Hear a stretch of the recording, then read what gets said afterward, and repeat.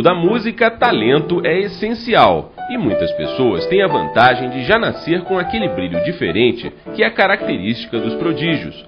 Rafael Smith é um desses casos. Aos 5 anos, ele já mostrava que tinha jeito pra coisa. Quando eu tinha 5 anos de idade, 4 na verdade, eu tocava nos copinhos, cheios d'água. Aí minha avó percebeu que eu levava jeito pra coisa. Aí meu pai andava muito de moto nessa época, ela me fez prometer que eu nunca ia andar de moto e me deu um teclado.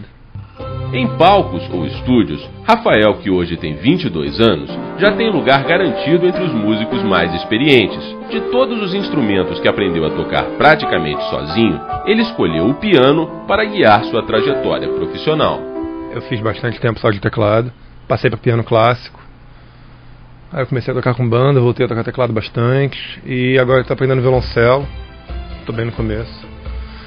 E essa experiência polivalente é importante para compositor, porque você tem uma vivência com o instrumento, você escreve melhor para ele. Rafael hoje compõe trilhas sonoras para jogos de computador. O dia parece pequeno para o jovem músico. Ele se dedica à arte em tempo integral, passa o dia compondo e estudando, um exemplo de dedicação e amor pela música. Eu nunca gostei de estudar instrumento, nada, eu nunca tive paciência para ficar sentado no piano horas e horas. Isso é hors concurso para quem quer ser pianista de verdade. A pessoa tem que ter uma apreciação pela solidão, assim, de ficar muito tempo sozinho com a própria arte. É uma coisa que eu nunca tive isso. Atualmente, Rafael se desdobra para dar conta de tantos projetos. Ele foi o único estudante de música da UFRJ enviado para fora do país com uma bolsa para se aperfeiçoar nos Estados Unidos. Eu voltei lá dos Estados Unidos dessa bolsa que eu ganhei lá, e eu tenho que compor uma sinfonia agora para voltar para o mestrado, que a minha ideia é voltar para o mestrado para lá em 2011, talvez antes passando pela Califórnia para fazer um curso específico para música de cinema e videogame, para complementar minha formação e tudo, né? E agora eu estou trabalhando com algumas comissões de sequenciamento, de produção. Estou trabalhando com banda, como sempre fiz, voltei com minhas bandas. O trabalho atual de Rafael, que é compor trilhas sonoras para jogos, é um mercado bastante promissor. Geralmente, os sons e a música ajudam a criar o ambiente ideal para que o jogador se sinta dentro do cenário do game. Desde o início dos anos 80, a trilha musical para jogos eletrônicos passou a ser produzida por músicos de verdade, deixando de ser um mero ruído criado por programadores sem experiência musical para ser elevada à categoria de arte. Segundo Rafael, tem gente que aprecia as trilhas sonoras dos videogames mesmo quando não está jogando.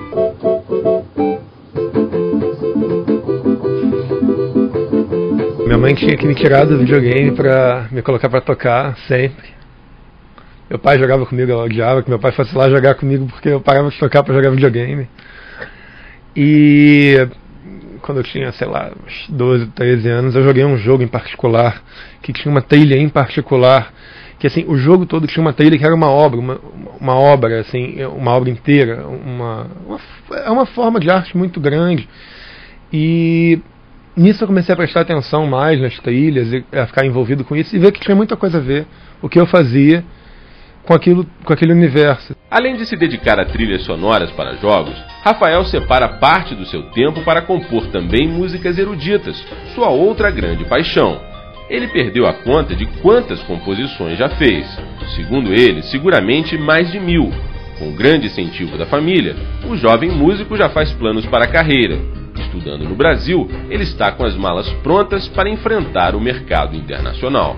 Eu pretendo chegar a ser compositor de trilha sonora de videogame e de repente ser professor de composição erudita. Ambas são coisas que eu me identifico muito. Ambas são coisas muito nobres dentro da música. São coisas que se propõem a experiências sonoras diferentes e a abrir os horizontes das pessoas de uma maneira que funciona, porque quando você compõe música erudita e a pessoa vai assistir, ela está pronta para não necessariamente ser agradada da maneira que ela conhece, ser agradada de outra maneira diferente, assim, de ter outras experiências musicais. E música de videogame é a mesma coisa, ela entra por um outro caminho, entendeu?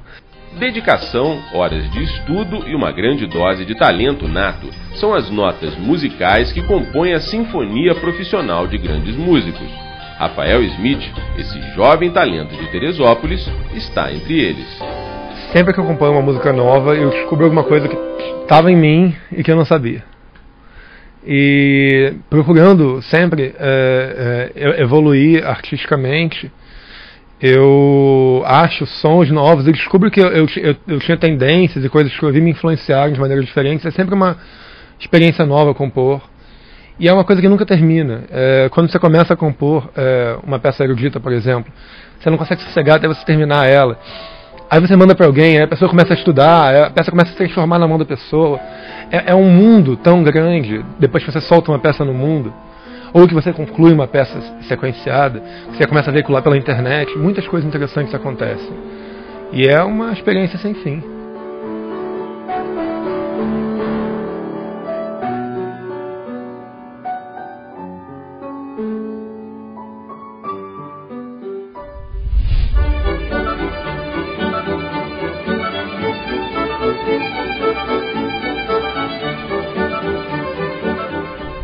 Apesar de muita gente acreditar que basta talento ou uma escola de bairro para formar um músico, a educação superior na área é muito importante para quem quer se aprofundar e ter um conhecimento mais amplo.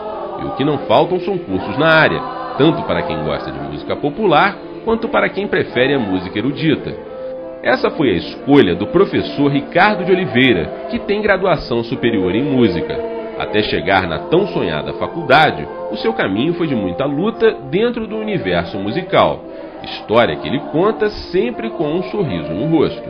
Minha história com a música vem desde quando eu tinha 8 anos de idade.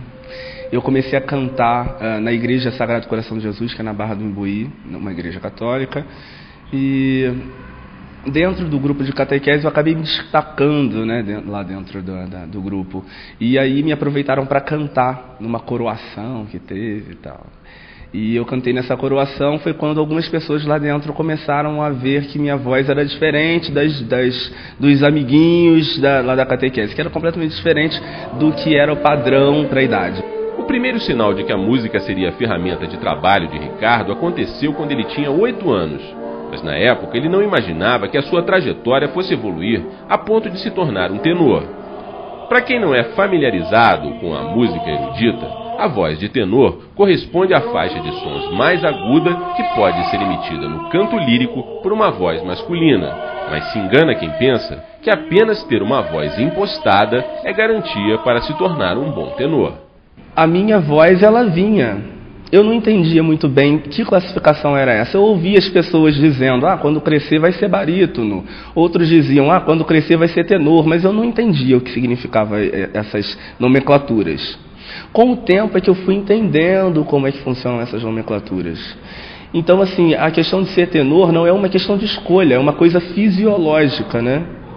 Nós temos um fator fisiológico que nos proporciona determinadas... É como se fosse uma impressão digital, né? É como se fosse a própria digital mesmo. Cada um tem a sua característica timbrística, né? Que faz com que cada um tenha a sua específica voz. De acordo com Ricardo, o mercado musical é extremamente competitivo. São milhares de artistas querendo o seu lugar ao sol. No campo da música erudita, o sonho da maioria é alcançar o sucesso de artistas renomados, como Luciano Pavarotti ou Plácido Domingos. Será que um tenor brasileiro tem chance de chegar lá? Antes de falar sobre como é ser tenor, é preciso pensar em se tratando dos registros vocais, né? Porque o tenor corresponde ao registro mais agudo do naipe dos homens. Depois vem o barítono, que é médio, depois vem o baixo, que é o mais grave. E, consequentemente, nas mulheres, as sopranos são as mais agudas, são as vozes com a altura mais aguda, as mesos com a altura média e as contraltos com a altura um pouco mais baixa, né? No caso, o registro vocal mais baixo.